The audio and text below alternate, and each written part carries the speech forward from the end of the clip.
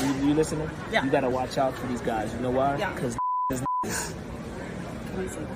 yeah, you can say it. Say it right now. Say it right now. Exactly. Wait, are you black?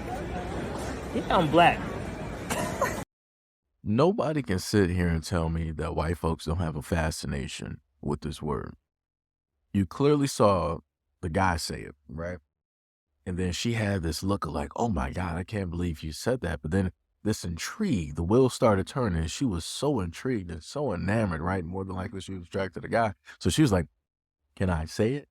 And then he was like, yeah, say it right now. And then she whispered it and said it directly to him. And then after she said it, it was just like this jubilation that came across her face, this whole excitement, this euphoric type of thing that just washed over her. And then you saw her nose just kind of do like that little squint or whatever people want to, call it as. This is, like I said, this is the craziest thing ever in life. And I'm pointing this out because a lot of black people wonder how it is that you have other individuals that feel as though they want to say certain things. It's because you have black people like this that enable and that allow these things and say that it is okay. You got a lot of black people that say that, oh, we all grew up together, they family and all this other type of stuff and yada, yada, yada, or because they cool with me and all this other type of stuff. The thing I want the other individuals out there to understand that these black people are not going to protect you if you decide to say what you are saying right now in a whole nother state. They're not going to be with you. They're not going to be able to protect you. They're not going to be able to tell people, oh yeah, he's family. Nobody trying to hear that. Nobody's trying to hear that at all. If a group of black girls were to hear her magically saying this and she's by herself or she's with her other friends that look just like her, chances are very great is going to be on site. If other guys who are black happen to hear her in passing and she is saying this, it's going to be a problem. They're going to question her directly about it. I'm not talking about the ones that are into these types of girls and they think that it's okay and all. I'm not talking about them. The other guys out there, they're going to be like, yo, what are you talking about? Like, what are you really saying right now? You need to fix. They want to tell her she needs to straighten up real quick. They're going to tell her, like I said, it's a difference. Guys will have the conversation because, again, we're not dealing with another guy here. So can't nobody just like, brouhaha. Again, if black women were to see her out there with her by herself or her friends, it's going to be a problem. They're going to question her. They're going to tell her to straighten up. And if she decides that she wants to double or triple down or quadruple down, it's going to be a knockdown drag out. I'm just stating those are just the facts. It is exactly how it is. The moral of the story is that for anybody out there that think that stuff like this kills racism, it doesn't. And also to let a lot of these other black dudes know, I'm not sure if you know or not, but I'm probably online more times than you are, and I'm privy to a lot of these conversations. A lot of women that look like her will sleep with you and then turn around and get online on these little blogs and these little sites, and they'll start making fun and talking about you and being all types of racist behind your back. So you might have thought that you won at the end of the night. You didn't, because during the day, she is speaking and talking about you how they always have. And that's the same woman you could bring home to your mother. That's the same type of woman y'all can't wait to bring home to your damn mother.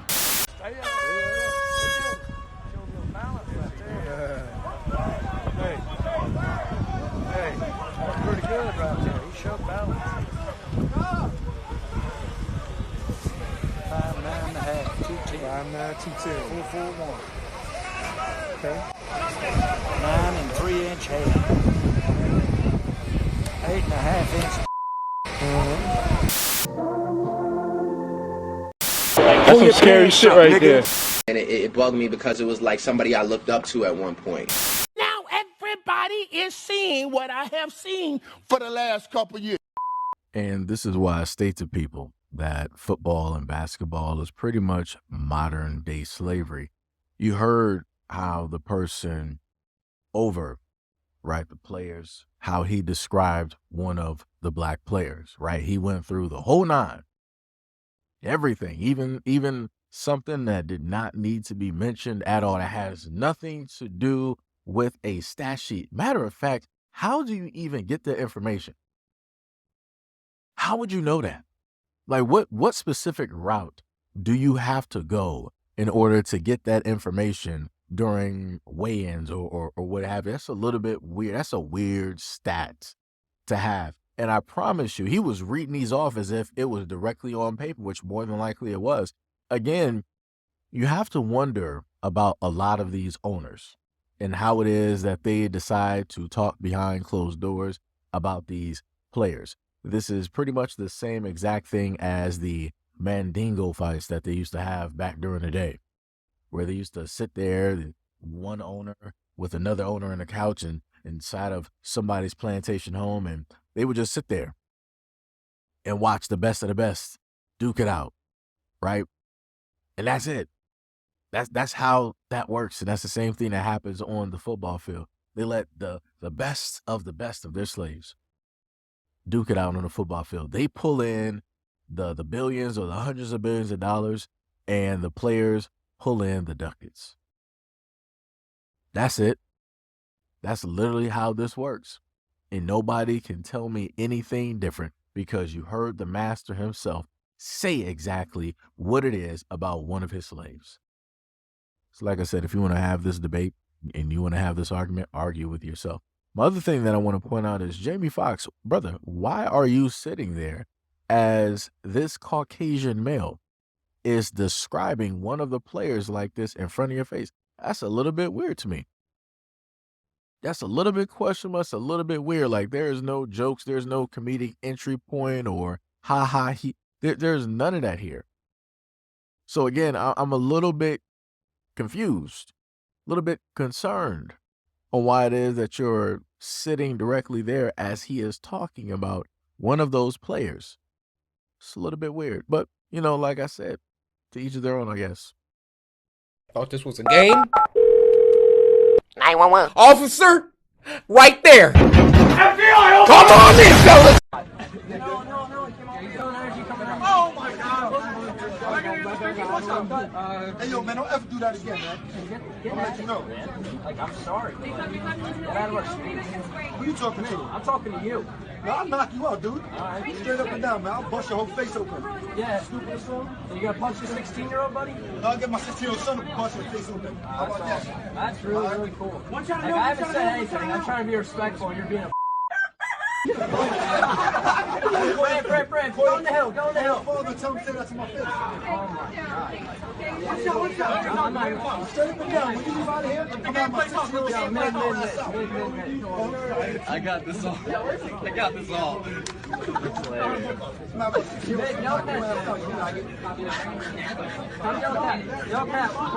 Just say you have to be the weakest type of male, the weakest type of grown man, where you're at a Call of Duty land competition and you're getting in a 16-year-old's face talking about you'll beat him down. You should be able to. You're a grown man. But the other thing is, why?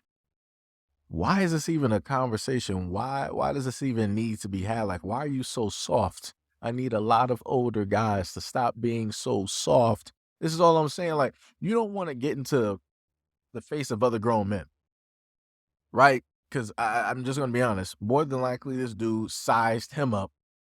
And he was like, oh, yeah, I can sit up and take this 16-year-old. It ain't nothing. I got these grown man muscles, right?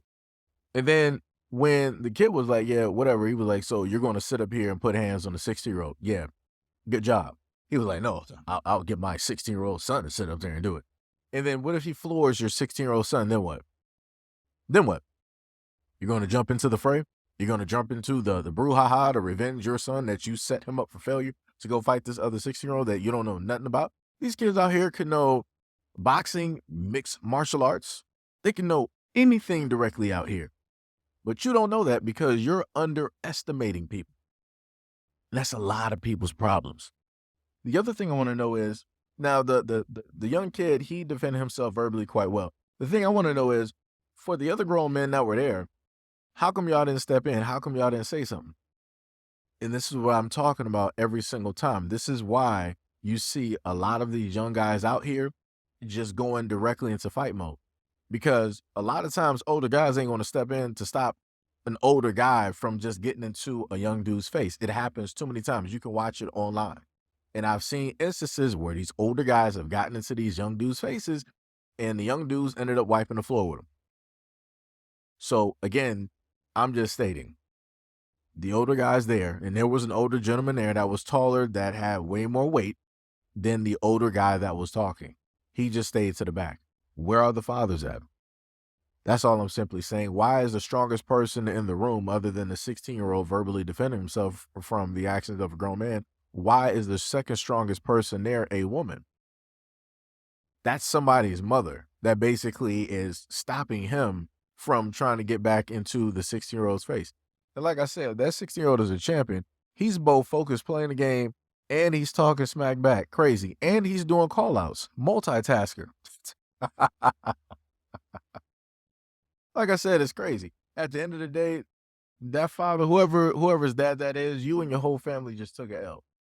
Your dad just gave your whole family a legendary long life L at the end of the day. Hey guys, look, I just wanted to tap in really quick. I just got this feeling, man, that this summer is, it's about to be a white boy summer. Oh, God. We're cooked.